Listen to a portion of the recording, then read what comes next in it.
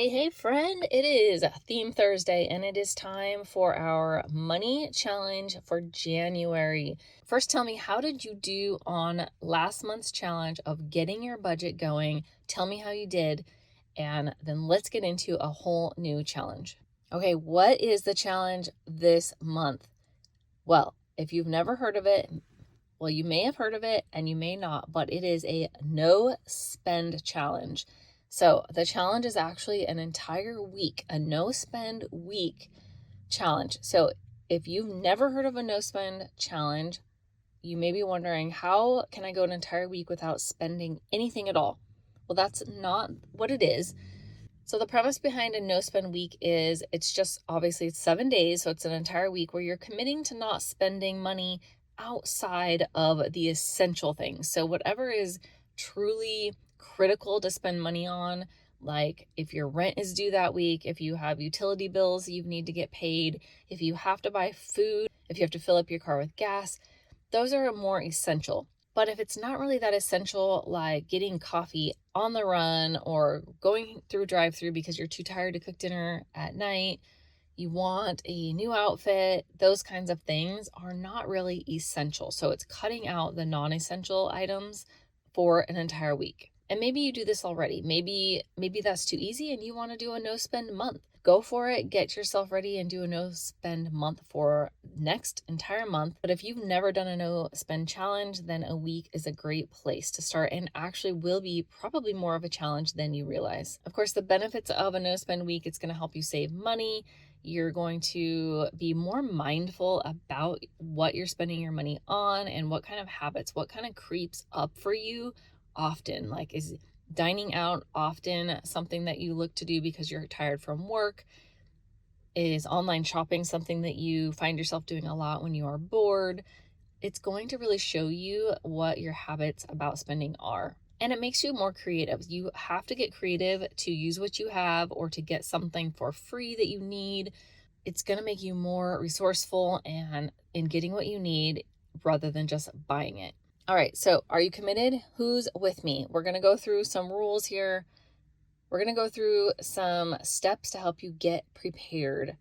Okay, so we have still a week left of the month. So if you want to get ready for the next day or two and do an entire week in the month of January, you can do that. If you want to set this up for the first week of February, for example, that's a great time to do it. Whatever week for you over the next 4 weeks, pick a week, pick a time frame of 7 days that will work best for you and set it on the calendar and honor your commitment. Get your family involved. So first, like I said, you want to get your family involved, sit down with your family and get their commitment, get their buy-in, explain why you want to do this challenge, how it's going to help the family, and what it's going to mean, what kinds of sacrifices may have to happen. Set a fun reward that doesn't cost any money at the end if everybody hits this goal, but get their buy-in so everyone's on board. Then you want to set your clear rules. So you can define this as a family, you can define the rules yourself and go over it with your family, whatever you want to do, but you need to define what counts as essential versus not. So what types of expenses are allowed versus what isn't. Some people go as far as a food challenge where they are only using what's in their fridge, pantry, and freezer and not even buying groceries. Other people count groceries as essential and it's completely acceptable to spend in your no spend week. It's really up to you. It's your rules. But dining out really should not be part of it. So this is why we're planning ahead so that if you do need to get groceries, you can. If you need to prep food, you can. If you need to meal plan for those busy days, this gives you time to do that. Are there any exceptions? Maybe you have any kind of a medical need, of course, that's going to happen during that week. That would be essential. Do you have any pre-planned events? Like maybe you have a wedding you're going to that week or something and you're allowing, or a birthday party and you're allowing that expense at that event, but maybe set a budget and then nothing else for the week. Or work to pick a week where you don't have any events already and move forward on a week like that. So as I mentioned, you definitely want to plan ahead. You want to make sure you know what kind of food you have on hand, what supplies you have on hand, what might you need for that week. Do you need things for kids' lunches at school? Do you have them on hand? What do you need to get in advance? Are you okay buying them that week? Do you need to make a meal plan using what you have on hand? Do you need to do an inventory of your freezer, your pantry, your fridge? Do you need to make a list of activities to do? Maybe you guys normally do something fun as a family on certain days of the week and you normally pay for something, but now you want to find something free. Maybe you need to brainstorm ahead of time for some free activities that you can do as entertainment. And make sure you're setting goals. So why are you doing this? What do you hope to achieve? Do you want to save a certain amount of money? Do you want to make a certain amount of money that extra that you can add to your debt snowball? Do you want to just get mindful of your habits, your spending habits? Do you want to really focus on gratitude of the blessings of things that you already have, what's already in your life? Like, why are you doing this? What is important to you about not spending money for a week? What financial goal will it help you with? In what way is it going to help you? And why is that important to you? All right, so getting through your week, you've got to make it fun. You can turn it into a game. Sometimes that can help us if it's more of a fun idea, like a game or a competition or something that we come together each day as a family and talk about. How did we do today? Great. Okay, what challenges might we face tomorrow or later on in the week? How are we going to prepare for those? Track it. See if you have a goal of saving a certain amount of money. Track the savings. Okay, we did not dine out this week and that was going to cost this amount of money. Have little fun things like who can come up with the most creative dinner idea for the week using these ingredients that you have at home. What kind of activities does everybody in the family want to try? If you go through your list and brainstorm, what does everybody want to try? One thing that may come up during your week is just those temptations to spend the money, especially if it's something that is a habit for you. So those temptations aren't going to go away. Those habits are built in, and that's going to be a test for you throughout the week. So plan ahead. One thing that I really like to do is unsubscribing from like emails that you get from stores. If you have any stores that are kind of habitual for you, unsubscribe so that you're not getting those coupons sent to you, those discounts, those sales, everything they like to advertise to get you to come back in and purchase something. Especially if online shopping is an issue for you. You can turn off notifications if you have any apps on your phone that send you alerts. Unsubscribe from text alerts. And of course, stay away from any stores if they are unnecessary to go to. If you have a store that really isn't necessary, don't pop in and just say, I'm going to window shop for a while. That is too tempting. So stay away from stores if you can. If you do need to get groceries, you can order online pickup. It doesn't cost any money, and you are then limited to only what you actually put on your list. And then you'll want to work on getting creative. So meals, activities, those are things that are going to come up all throughout the week. Things to do, boredom, anything that's emotionally related.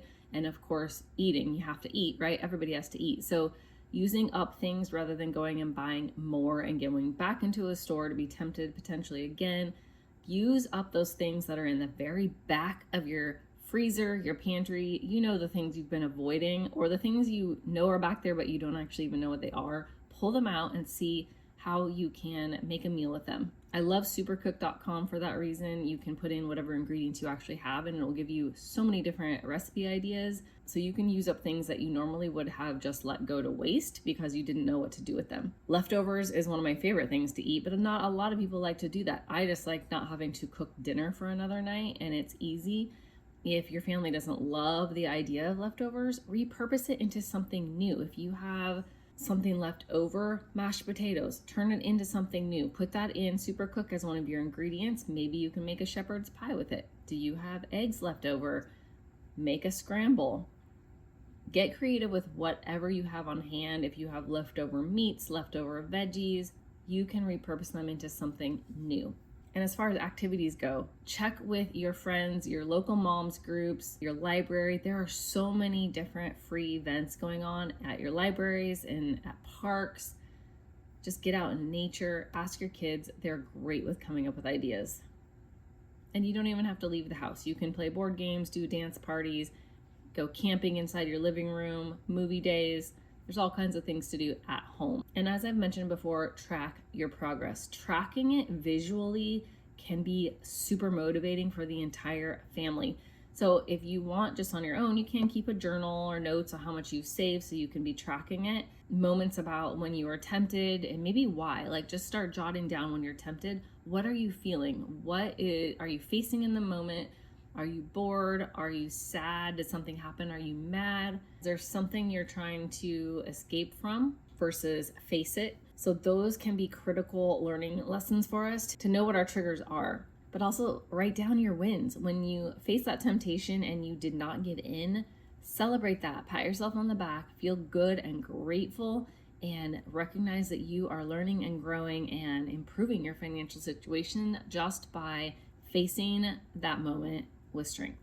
But tracking it as a family visually, getting your kids involved, everybody involved in tracking it and seeing your progress can actually make it more fun and make everybody want to stick to it, potentially even longer. All right, so it's super crucial that you prepare for a no spend length of time if you have never done a no spend length of time before. I highly recommend getting as prepared as you can so that you can rock your no spend week. And I want to know, are you up for the challenge? Let me know, comment. Are you going to go into a no spend day, a no spend week, or a no spend month? What's your length of time that you have in mind? Let me know. Are you up for the challenge? And then after you accomplish it, and even if you don't, if you have any struggles and you don't, come back and share your wins, share what you've learned, share what you are going to do differently going forward to make sure that next time it's a success. And just celebrate the fact that you tried, that you worked on it. You probably had a certain amount of time with no spend, and that's worth celebrating as well. So just get right back on up and try again. All right, I'm here for you. I want to hear about your wins. I want to hear what you're learning. And I'd love to know how much you saved at the end of your no spend week. All right, I will talk to you in a few days. Blessings to your families.